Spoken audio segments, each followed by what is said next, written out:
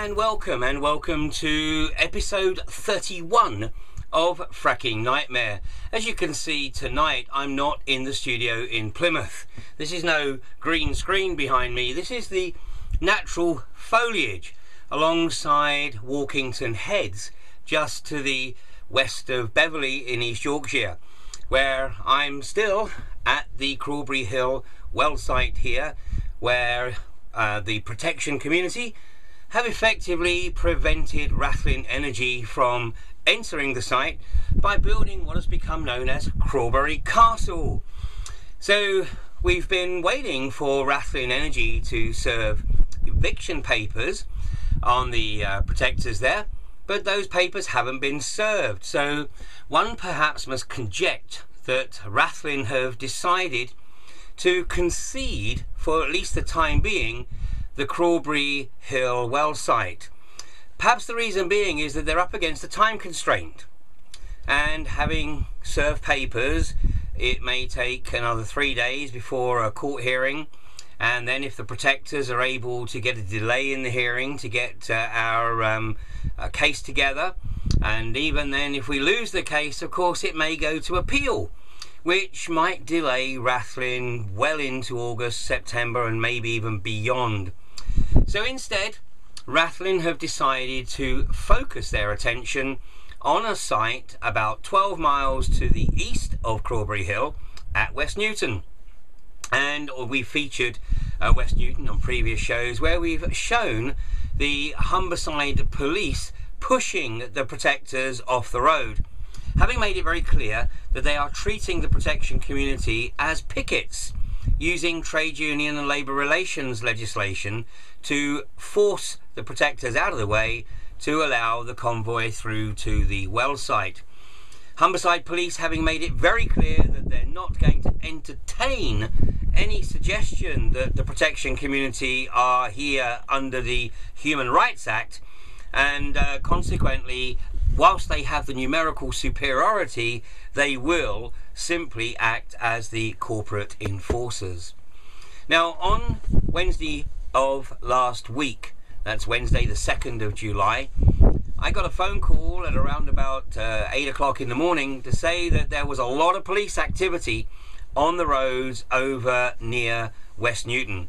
So I and one of my fellow protectors jumped in the car and we drove over to West Newton, arriving not as expected to a mass of local residents congregating around the entrance to Fosham Way, which is the road leading up to the well site, but instead to be greeted by about 20 or so Humberside police officers.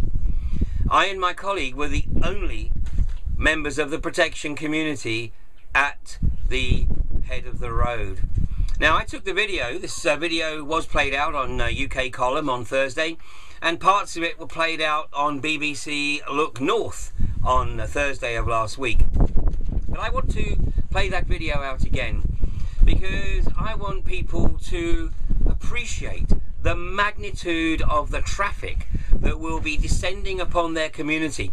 Now, this is only the initial convoy, and as you'll see, the tape runs for the whole convoy coming in, and I ask you to count those trucks. Count those trucks, because this wasn't the full quota of the trucks coming in last Wednesday. This was only the first convoy. There was a second convoy that came in around about 2.5 hours later. This was a very, very emotional day for some of the local residents. When they made their way down to the well site, once the police had let them down, that is, they were shocked by what they saw. And I'm not surprised. The full realisation of what this industry is bringing to their community was hitting home. Remind me again, take a look at Commander this. Superintendent Downs. Superintendent Downs has decided that there will be no slow walking of the trucks. And we've made that clear right from day one, you know. So there's no facilitation of peaceful protest? What else do you want to do? Yeah, it's okay. I'm just trying to figure out the ground rules here. Oh yeah, it's fine, but like I've been saying every time we've been up there, I've been asking people, what is it that you want to do? Because we've said slow walking isn't an option, so we've said what do you I want won't to do? fall in. There's a lot of nettles behind you, and you've got shorts on. I appreciate your concern.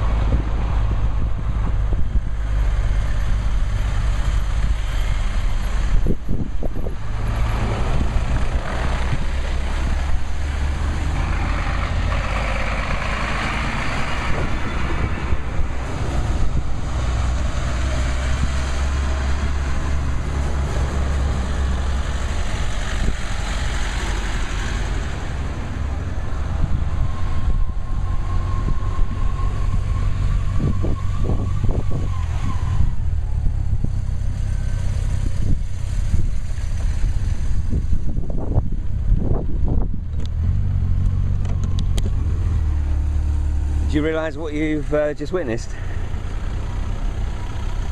Do you have any idea what you just witnessed? Convoy. A convoy? Yeah, right. Do you have any idea what this industry is capable of doing? No. No? Perhaps you should educate yourself. Do you actually live in this area? I don't. You don't? But you live in Humberside, I'm assuming? No, I don't. No. You don't? So you don't really care what goes on down here, do you?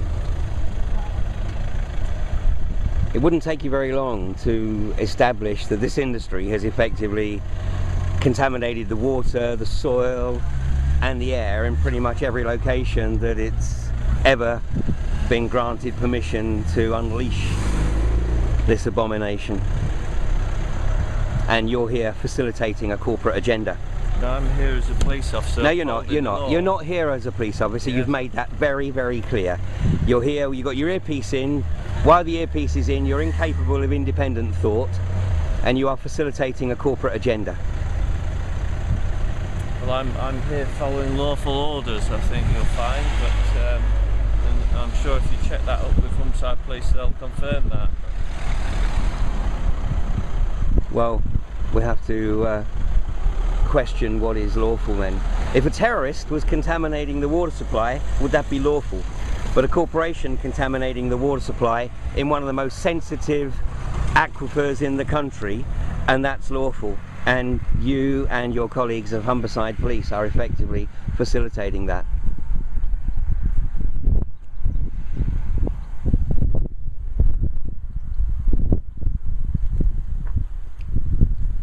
Within a generation, you won't recognise this landscape.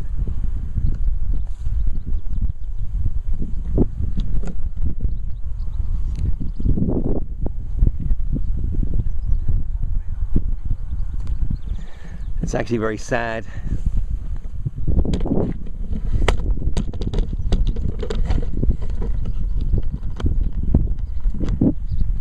What I'll just ask you to do is just ask to take tripod off the highway, please. I'm not blocking the highway at the moment. Well, no, your tripod's If any vehicle comes along, I will move it. At the moment, it's not causing any kind of obstruction. I'm asking you because it is causing obstruction. It doesn't need to be a vehicle coming. What I'm saying is I'm asking you to remove your tripod off the highway so that if a vehicle does come, it doesn't have to slow, does it? It's not having. It won't have to slow because I will move it. Right.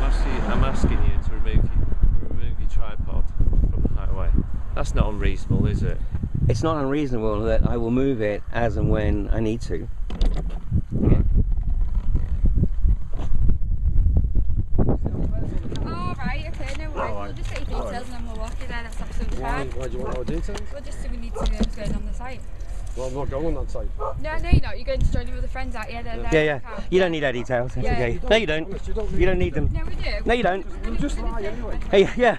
And you. We are anyway. Come on. I don't know who you are. You best time out Well, with me, yeah? your forward intelligence knows very well. You can find out who we are from anywhere. I'm not hiding anything. So I don't have to give details. I'm sure, yeah, well, I'll see if Mark's got them. Yeah. Oh, yeah. Yeah. No, Okay. I've not been here before, but Here we go. This is the West Newton site. It's the morning of 2nd of July 2014. As you can see, the police presence is absolutely incredible. So we have the usual crew, evidence gatherers, inspector. Morning, guys.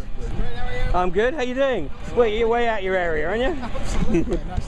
All right.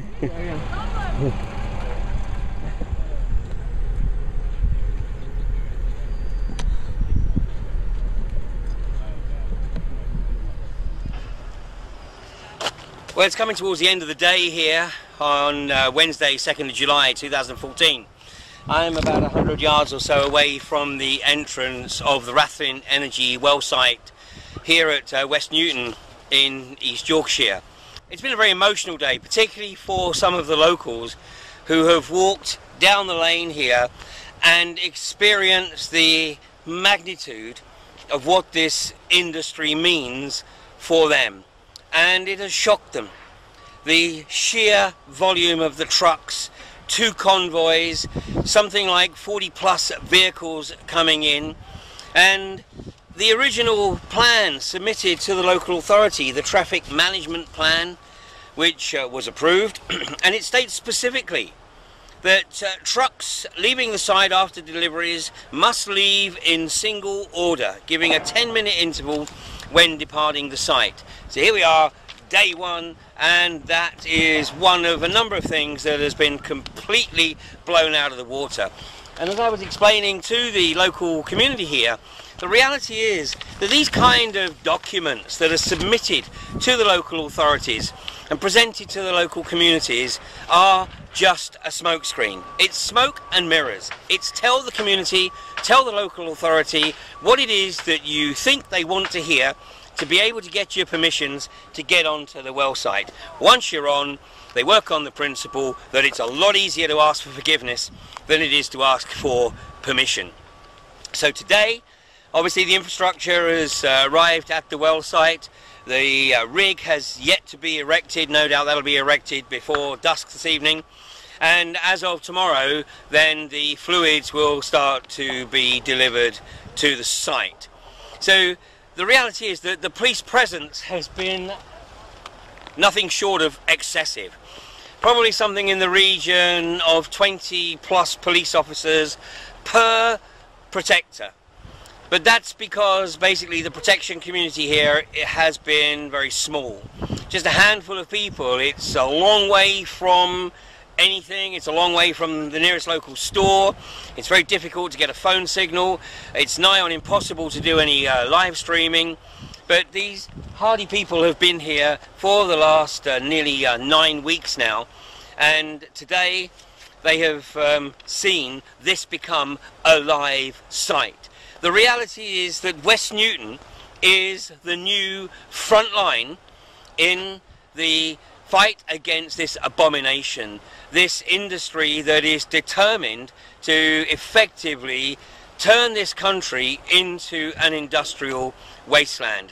As we've seen many times before, the politicians are into cognitive dissonance, which is probably better than saying they're just outright lying, which in some cases I believe that they actually are. Hopefully the local community will take the opportunity to come down Fosham Way here at West Newton and see for themselves. Once this operation starts, and the drilling according to their plan will be 24/7, then the people who live in these farms some 500-600 yards away will start to comprehend the magnitude of the impact on their beautiful ecology here. Gone will be the lack of light pollution, gone will be the lack of noise pollution. Well, for those of you who are watching this from a little bit further afield, take the opportunity, come down to West Newton, take a look for yourself, because this is what is coming to a location near you sometime very soon, unless we, the British people, come together and let the politicians and the investors and the industry investors know that this will not be tolerated. There are some 300 days now before the next general election. It's not a long time, but there is much work to do. So please come down to West Newton and take a look for yourself, and also do your own research. Take a look at the legacy of this industry wherever it has unleashed this abomination around the globe. This is Ian R. Crane at West Newton, around 5:30 in the afternoon on Wednesday, 2nd of July 2014. Well, the media had a bit of a field day with it. First of all, the police actually prevented the press, the Hull Daily Mail and BBC Look North, from coming down the road. So what is this all about? Humberside Police preventing the press from observing what was occurring. It's not like there was any crime being committed, not least because the police knew that there was literally a handful of protectors at the camp. So the papers the following day, particularly the Hull Daily Mail, had this to say: 100 officers, just 3 protesters. Well, of course, the fact that there weren't too many protesters there, of course, backfired on the police, because this was total overkill, as the headline here says. Police accused of overkill response to anti-fracking protest. Well, it is, of course, disappointing that there were only a handful. There might have been a little bit more than 3. There were certainly 2 of us at the entrance, and there was a few more up at the well site. But nonetheless, what it did indicate was that the corporation Rathlin Energy were concerned about the reaction, despite the campaign that they have been mounting to say, we're not fracking, we're not going to frack, we're just doing a mini frack, fall-off test as they call it. Well, the local population are not falling for that, but unfortunately at the moment the local population perhaps haven't realised that they have a massive role to play here, because the perception that this industry is going to go ahead regardless is misplaced, because there are certainly investors that are starting to get very concerned about the magnitude of the public reaction to this industry. It is not a done deal by any stretch of the imagination.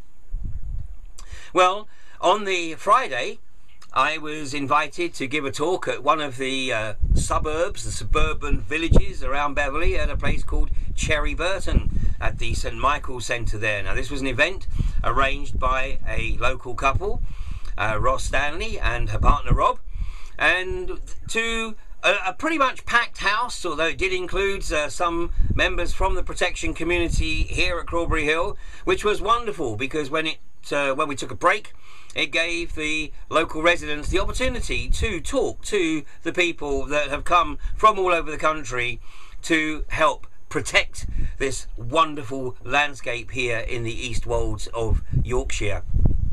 Well, the following day, a march, a rally, had been organised in Beverley by Hull resident Pippa Hockey, and that was extremely well attended, with villages from all around Beverley represented, and the BBC gave, I have to say, a very balanced report on this event, speaking to members of the local communities and allowing them to express their concerns about this steam train that's coming down the tracks that they don't seem to be able to stop, regardless of how much they engage in due process.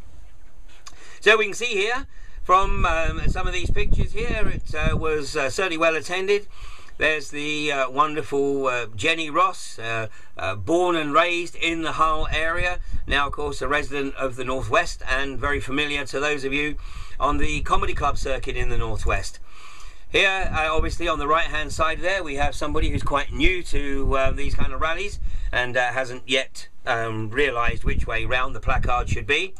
And here's the wonderful people from Cherry Burton, where I was speaking the previous night, and the lady on the right there is Ross Stanley, who organised that event and actually spoke with the BBC while they were down at Beverley to cover the event. Here's perhaps my favourite banner from the rally: never doubt that a small group of thoughtful, committed citizens can change the world.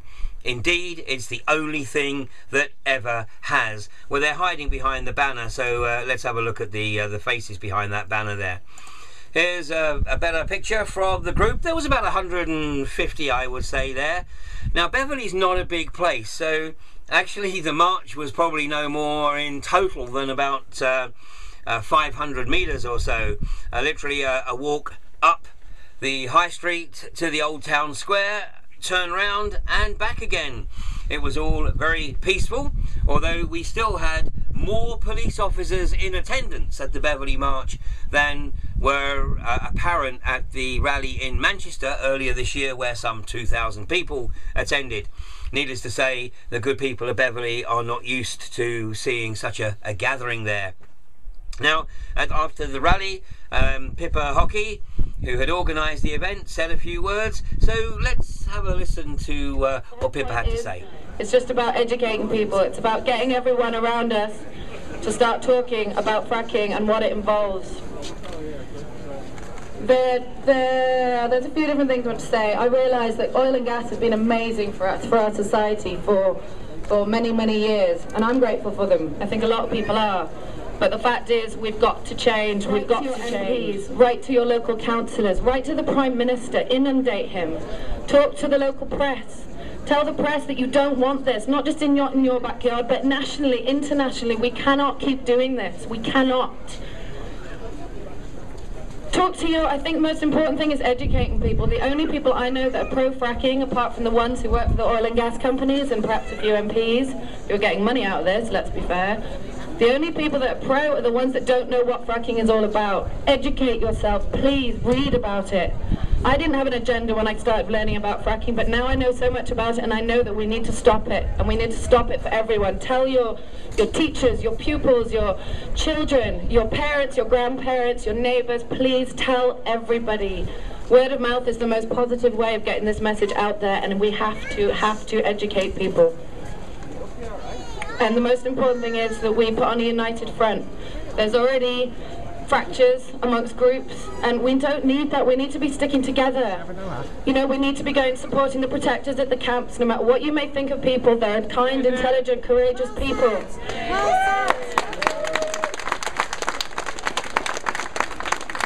And they're brilliant, you know, the people that go, oh, I don't know about them, they have never even met these people. They're brilliant people. And they're putting their lives and everything in the line to be there and stop and go up. It's not about going up and lying in front of lorries and getting arrested. No one wants you to get arrested. It's about going and showing solidarity. Taking up food, just being alongside them and helping them. And that, you know, in turn they help us. If it wasn't for them, I wouldn't even know exactly what was going on right now. And I think so many people are the same. We need to support each other and stick together. Solidarity. Okay, well, next up was one of the founder members of Hull and East York's Frack Off, Richard Howarth, who's been extremely active over the past few months, giving many talks around the area, raising awareness amongst communities of what this industry means potentially for them. So let's have a listen to what Richard had to say. Good morning. This is a remarkable event. There are so many people here, and this is only the start. This is the first march. There are people here who have never been on a political march in their lives. There are people getting involved who I thought I would never see involved in anything remotely political, but they realise this industry is coming not just to two wells. If this was about two wells, we wouldn't be here today. This is about thousands of wells. In the US, in the last 5 years, 100,000 wells, 20,000 in Canada, 5,000 in Queensland, and at the way we're going, we're looking at maybe 75,000 in the UK, several thousand across East Yorkshire. So this is a remarkable event. Give yourselves a huge cheer.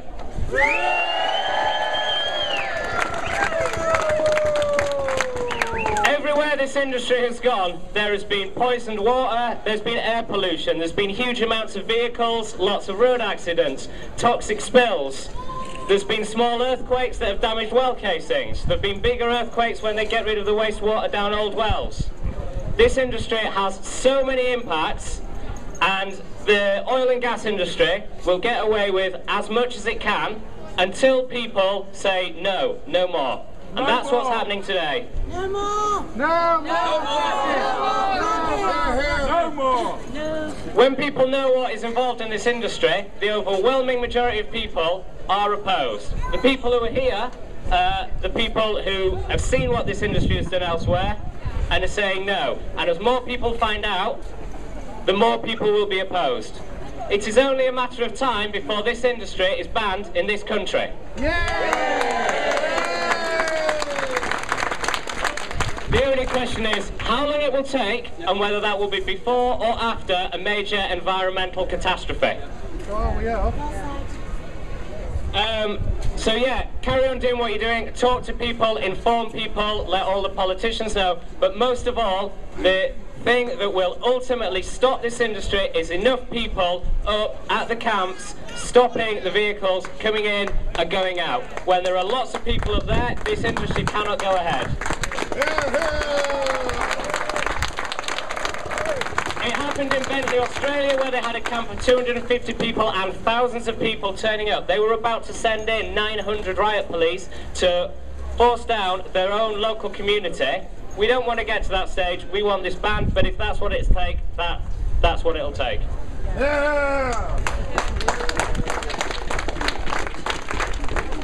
So once again, this is just the start. It may not be the last match. They only get bigger from here.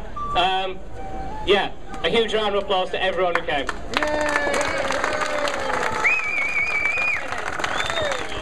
Well, next up was the wonderful Jenny Ross. Unfortunately, she has a problem with her vocal cords, and she makes a real effort to speak, but unfortunately the sound quality isn't good enough to be able to play the video of her speech.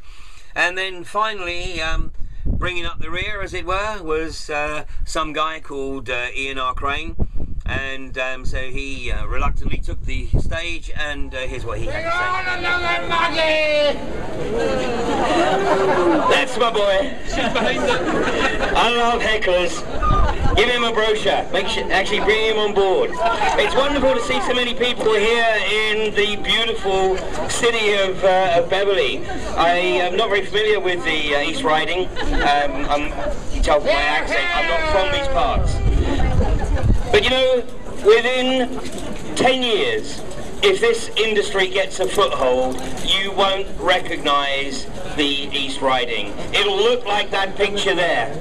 There will be pads every few hundred yards on a grid. 8 pads per square mile. This is no transition fuel. They know that there is enough gas in the Bowland Shale to keep this industry going for at least 30 years. At least 30 years. The fact that the gas is there is not in dispute. The reality is that we do not have a safe technology to exploit this resource. We need to look at what's been going on everywhere else in the world, and I mean everywhere where this abomination has been unleashed. It has resulted in the contamination of the water, of the soil and of the air, and has led to horrendous negative health impacts on those communities. This isn't hearsay. The evidence is there for everyone to see for themselves. And as the other speakers have said this morning, the critical element is to encourage people to look at this for themselves. I spent 20 years in the oilfield services industry. I know firsthand what this industry does. And the reality is they don't give a damn. The reason that the government and the industry think they can do this is because they think they can ride roughshod over the community, just like they have in Queensland. In the last 5 years, over 5,500 wells have been drilled in southern Queensland in an area the size of the UK. It has decimated southern Queensland. Bentley is just south of the border between Queensland and New South Wales, and the people of New South Wales have watched the devastation of Queensland, and they've said it's not going to happen here. And that's why they had up to 10,000 people there some weekends, and eventually the New South Wales government realised they had a problem. And they prevented, in fact they withdrew Metcalfe's licence on the grounds that they obviously hadn't consulted appropriately with the community. Consultation here is a joke. It's a box-ticking exercise. At Balcombe, 2 years ago, Quadrilla held a public meeting. The room was packed. There was 400 people in the meeting, and eventually the Quadrilla chief executive lost his job over that meeting. But on the Quadrilla website the following day, it said, public meeting held at Balcombe, nothing significant to report. It's a box-ticking exercise. The problem we have in this country right now is that all the major parties, with the exception of the Green Party and Plaid Cymru, and I don't think Plaid Cymru will be putting an MP up in Beverley, all the other parties right now are pro-fracking. We have less than 300 days to get a change in the political landscape, because otherwise on May the 8th next year, whomever walks into number 10 is going to claim that they got elected on a manifesto that included the exploitation of unconventional hydrocarbons. This has to be changed. The Labour Party need to do 2 things to absolutely guarantee that they are in office next year. The first, of course, is to review the leadership. He's doing a training course. Okay. The second is that if the Labour Party comes out and goes absolutely anti-fracking, then I believe that they actually will be almost a shoo-in. And of course, if they do actually change the leadership, it will be absolutely guaranteed. Meanwhile, West Newton is the front line in this country on the fracking campaign. Did anybody see the Look North footage or the YouTube footage of the trucks rolling in? Yeah. That is what is coming to pretty much every community in the East Wolds if this goes ahead. Yeah, I can interpret the Rathlin jargon and Rathlin say we're not going to frack, we're doing a mini fall-off test. The reality is the Rathlin have no intention of doing anything more than establishing the magnitude of the resources here, and then they will sell to somebody else like Digas, Dart Energy and iGas, and they will come and frack it. So the people of East Wolds and from further afield will be converging on West Newton, and while still of course protecting Crawberry Hill, but they will be converging on West Newton to let the politicians know that there is no social licence, and to let the investors know that basically they might as well throw their money down a black hole. Yeah. This is a very, very exciting time, because there has never been an issue like this. Probably the closest there's ever been to this in British politics is perhaps poll tax. But this issue is uniting people from right across the social, the political, the philosophical and the religious spectrum. We may not agree on very much else, but the one thing that we do all agree on is that this abomination has no place in this densely populated country.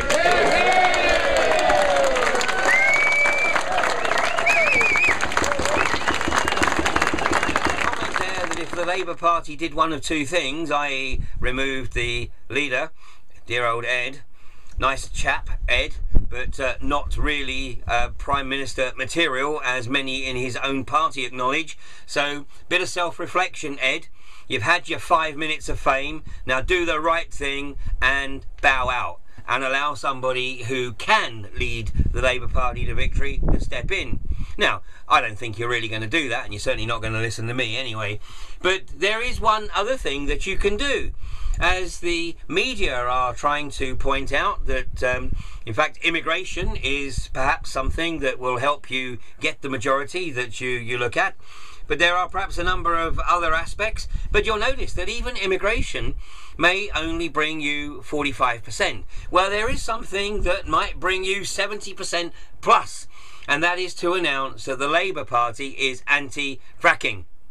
So how about emulating the campaigning of David Cameron a few years ago, where he said that he would bring about the greenest party ever? Of course, as we all know, you can always tell when a politician is lying because actually their lips are moving. Well, you have an opportunity here perhaps to take over that mantle. But this time, if you do this, your feet will be held to the proverbial fire. But in addition to announcing that you're going to bring about the greenest government ever, you also need to announce that the Labour Party is anti-fracking. And watch the movement in the polls. Every community where a poll is taken is at least 70% against.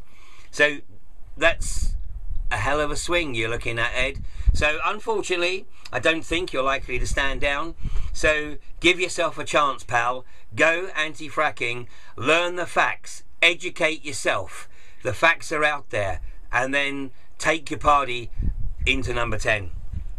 Well, your representative in Beverley, George McManus, who was very kind enough to allow us to join him a couple of weeks ago, where he was holding a poll in Beverley to get a sense of the strength of feeling within the community. And we were helping him there by flyering and talking to Beverley residents. And for those of you who watched that edition of Fracking Nightmare, the poll turned out to be 72% against fracking.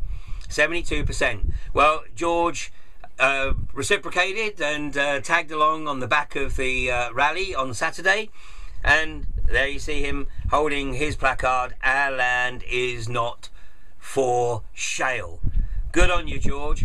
And as many Hull residents acknowledged after watching the video where I interviewed George and sitting MP for Hull East, Carl Turner, George, you'd make a far better MP than your buddy. So there's a vote of confidence for you from the viewers of Fracking Nightmare. Now, meanwhile, Another article that appeared in the good old Sun, the Murdoch press, new backing for fracking. Now, this is the most outrageous piece of diatribe, but actually when you see who it's attributed to, you'll understand why. The statement here is the shale gas revolution has reduced global emissions more than all the well-intentioned solar and wind. Bull biscuits. That is just absolute junk. But not really surprising, because it comes from Chris Faulkner, president of US firm Breitling Energy. Now, Chris, I'm actually beginning to wonder whether you're actually allowed to return to the US, because you seem to be spending a lot of time outside the US promoting shale gas. Now, you're a resident of the Dallas-Fort Worth area, and I bet you conveniently forget to mention that fracking is now banned within the city limits of Dallas-Fort Worth. I'm sure that probably slips your mind when you're banging out your bull biscuit material as you trot around the globe. Well, this is the guy who calls himself on Twitter the Frack Master. Well, you're certainly a mother fracker, Chris, that's for sure. And any time that you want to enter into public debate, my number's on the website. Give me a call. Well, that was the Beverley rally that I just talked about. After the rally, we took a trip down to the West Newton well site, and we encouraged people that had participated in the rally to come and take a look and meet the people that were down there camping outside the gate.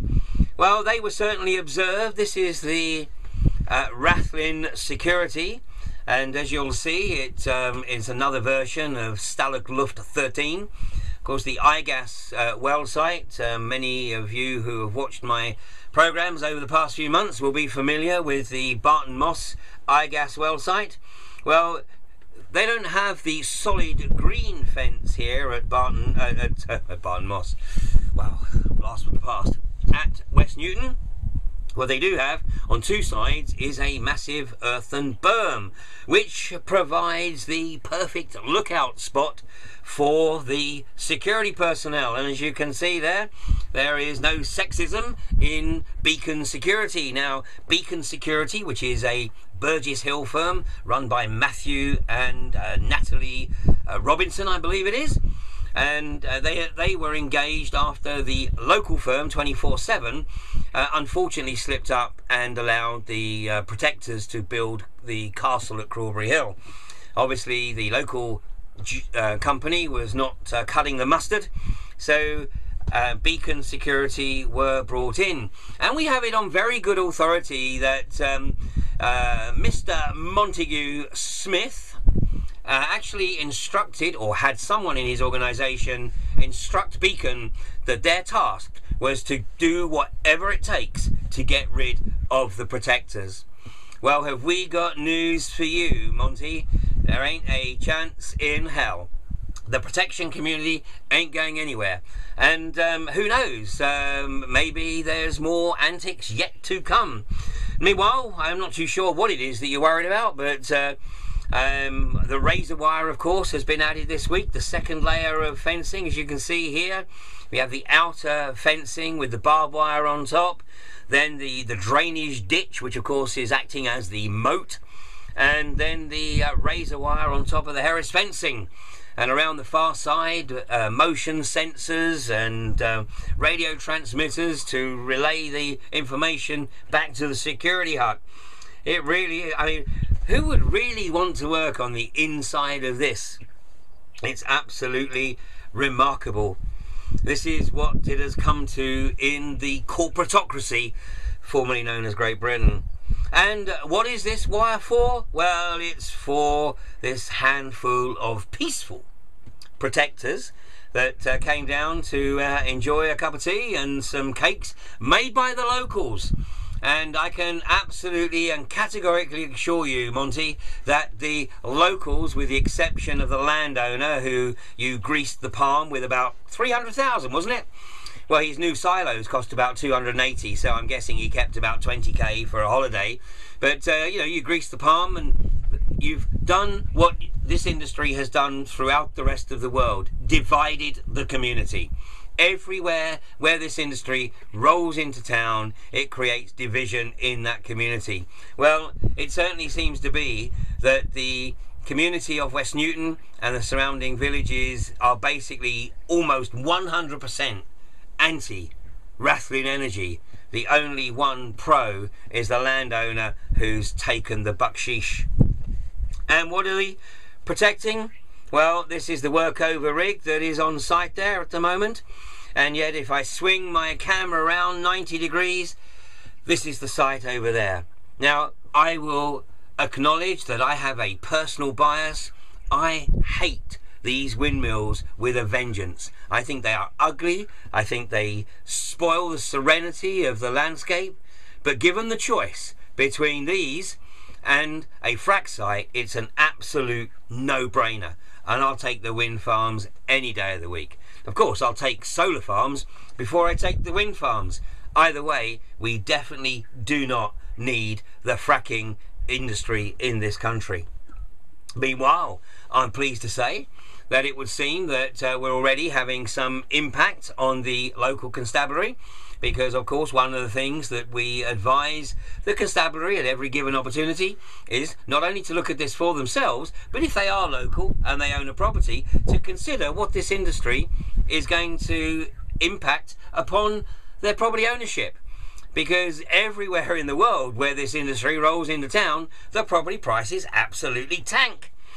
In the village of New Ellersby, here's one of the Humberside Constabulary. I'm guessing by the van that he's a dog handler. Pretty astute, huh? Well, he's obviously got his house up for sale, and he's obviously been having a few words with his neighbour, because theirs is up for sale as well. But if their experience is anything like the resident of the cottage at the bottom of Foshan Way, she was advised by her estate agents to drop the value of her property by some 20% if she wanted to get a sale. And the reason that they gave for that advice was because of the Rathlin Energy well site at the top of the lane adjacent to her property. Of course, she was subsequently visited by a couple of people from Rathlin Energy, and of course those representatives of Rathlin made it quite clear that they didn't believe that they were in any way responsible for the fall in her property value. Well, of course, they would say that, wouldn't they? Well, meanwhile, over at Crawberry Hill, a couple of nights ago, we had this beautiful view, this double rainbow. And as you can see, the end of the rainbow was pointing right at the sign, "Say no to fracking." Or was it under the hat there being worn by the amazing member of the protection community, Silver Fox? Well, I checked under his hat and there was certainly no pot of gold there. And unfortunately, I didn't even find one behind the "Say no to fracking" banner. But nonetheless, it was a beautiful scene there to see that double rainbow after a pretty heavy downpour. And of course, unfortunately, ATVOD are still haranguing UK Column to register with them so that ATVOD can regulate, which of course is censor. So meanwhile, we are in the process of uploading all the past episodes of Fracking Nightmare to the Ian R. Crane YouTube channel. When you find these episodes there, please feel free to copy them for yourself and put them around wherever you feel appropriate. We need to let ATVOD know that the alternative media will not be subjected to regulation. There are ways around their outrageous censorship, and we will do whatever it takes to ensure that the alternative media remains the true free press. Well, a couple of events coming up for any of you over in the northwest. Dear friends at iGas are about to trot out their usual palliatives at a meeting at the Holiday Inn in Ellesmere Port, where they will be sharing information with the residents of the Wirral and North Cheshire about their future plans to drill. And of course, they won't be fracking, they won't be targeting the shale, they will only be looking at the coal bed methane in the coal measures. The fact that they'll be drilling another 5,500 feet below the coal measures is purely out of interest to see what's there. Well, I guess, you know, we know what you're really doing, we know what the real target is, and by the way, of course, I guess Andrew Austin and co have every intention of becoming the major players in the unconventional gas industry in the UK. Having acquired Dart Energy, they haven't yet made the formal announcement that they are changing their name to Digas. How very appropriate. So that's the Holiday Inn. It's a drop-in meeting this coming Thursday, and please go along, ask the questions between 3 o'clock in the afternoon and 8 o'clock in the evening.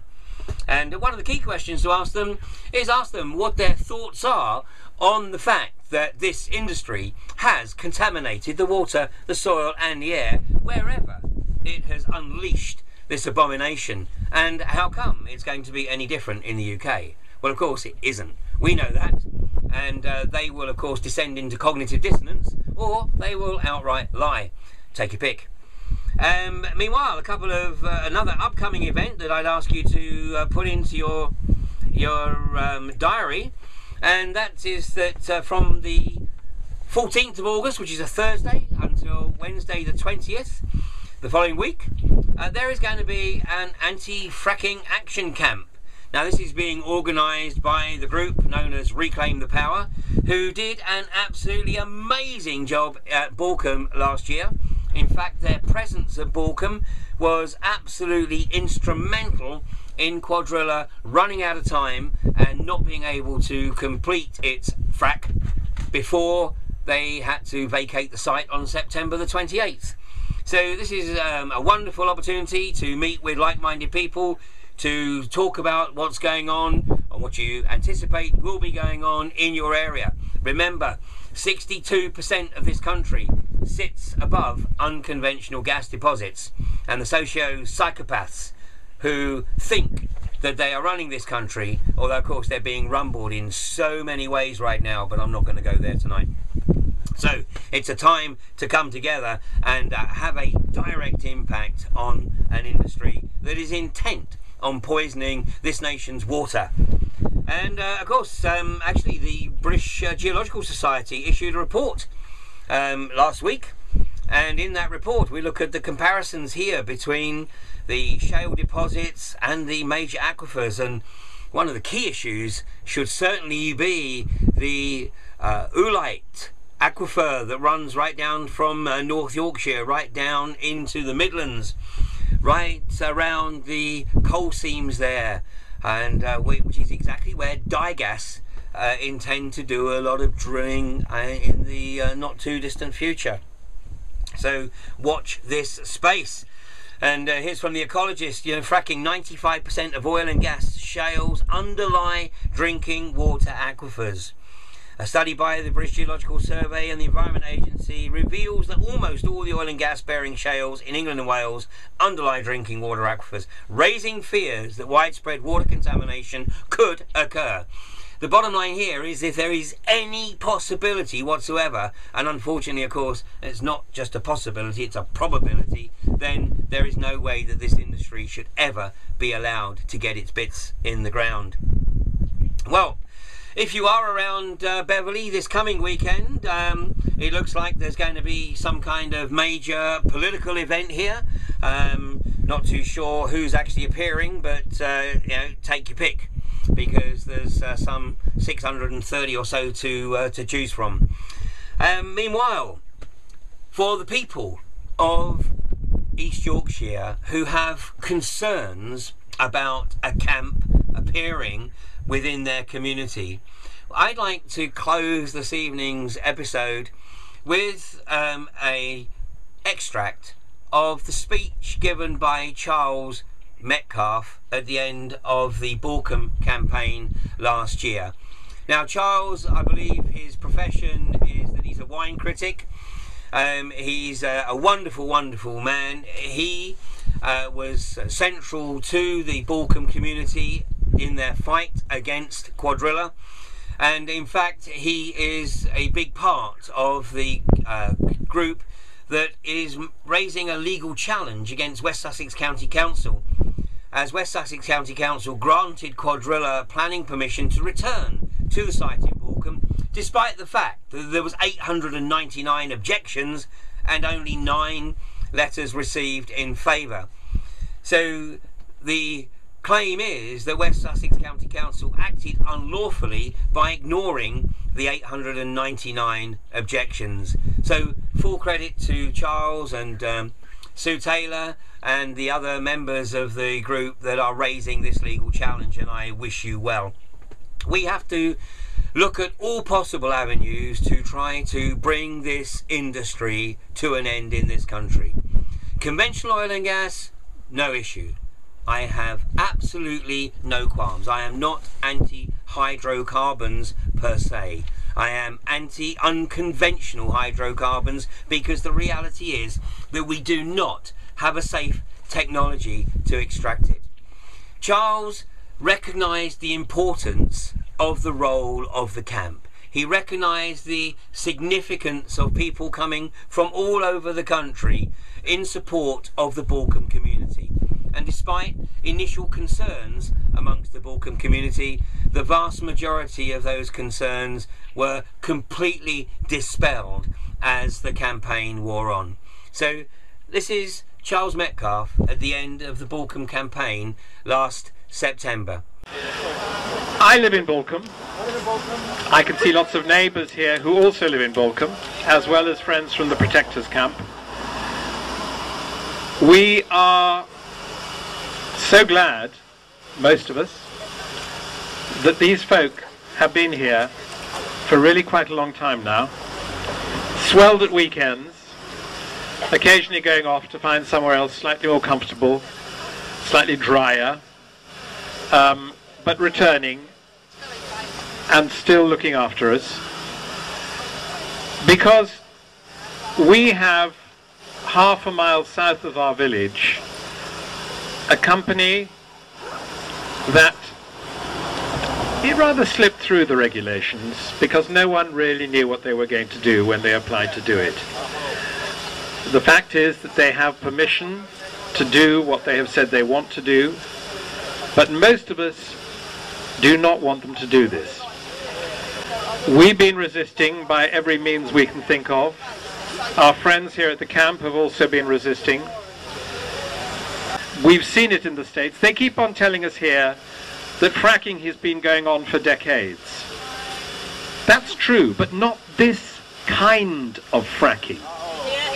This kind of fracking, high pressure, horizontal, slick water fracturing, was first done in 2002, and by my measuring, that is not decades. It has happened once so far in this country, and that was up in Lancashire at a place called Priest Hall, where Quadrilla, the same people that want to ravage our little bit of Sussex, they drilled a well, they fracked it, they screwed up. They caused an earthquake. They caused 2 earthquakes actually. And one of those earthquakes ruptured the casing of the well, deformed it, and still they went on fracking, with all the dangers that really not knowing anything of where their chemicals that they were pumping underground, where the stuff coming up from underground was going to go. They went on drilling for 2 months. They went on fracking for 2 months, and they didn't tell anyone, they didn't tell the authorities for 6 months. Not only are Quadrilla incompetent, but they're also shifty, sneaky, dishonest. I say dishonest because they put out a pamphlet in Lancashire which was censured by the Advertising Standards Authority because of 6 counts on which they had not told the truth. They had tried to reassure the people of Lancashire that this method of fracking, this new method of fracking, was safe, was proven, and was not going to cause any problems. This was just simply a pack of lies. Do we really want to have a company with this short and extremely undistinguished record drilling here on the edge of our village? No! I think the answer is a resounding no. All they need is for one company to be successful, and they'll all be doing it. I want to spread any kind of help that we can offer from our experience here in Balcombe to all those other communities in the UK, frankly, in the world. Because this is a nasty way of wrenching the last drops and hisses of fossil fuels out of the ground. It's something that should not be permitted. It is too dangerous. It's too dangerous on the emissions from the flares. It's too dangerous in its threatening of the water supply. It is just too dangerous for our health, for our environment, for our water. And the last drops of fossil fuel are much, much less precious than our water. Without water, we cannot survive. So, thanks again to our campers here, who've steadfastly stood by us for months now. We needed their help. They've given it. 106 people, I learned from the Chief Constable watching his video that he made with the Police and Crime Commissioner the other day, have been arrested. Nobody has yet come up in court, including young Simon here, arrested for singing Tut Tut Tut. Must have been out of tune. But you know, I do hope, it's said that they're all going to come into court on October the 2nd in Crawley, in the Magistrates' Court there. It'll be very interesting to see what happens. So far, the judiciary has given us 2 thumbs up. They have said that the bail conditions imposed by the police to stop people coming back here and protesting were a violation of people's fundamental human rights to protest. And then, in the High Court in London, was it last week? It seems like months ago, but it was probably not long ago. Monday. In the High Court on Monday, the judge there said that the application by West Sussex County Council to have the camp evicted was, quote, deeply flawed, unquote, and adjourned it until October the 8th, i.e. left the camp in place for the time that the camp needs to be in place for, until we fervently hope Quadrilla has gone. I would like to see Quadrilla disappear up a hole in its fundament, but unfortunately, I fear that they're going to pop up somewhere else like a nasty rash and terrify some other community. And I think when that happens, we should be ready. We should be ready to help that community as other communities have helped us. Yes. Folks, thank you very much.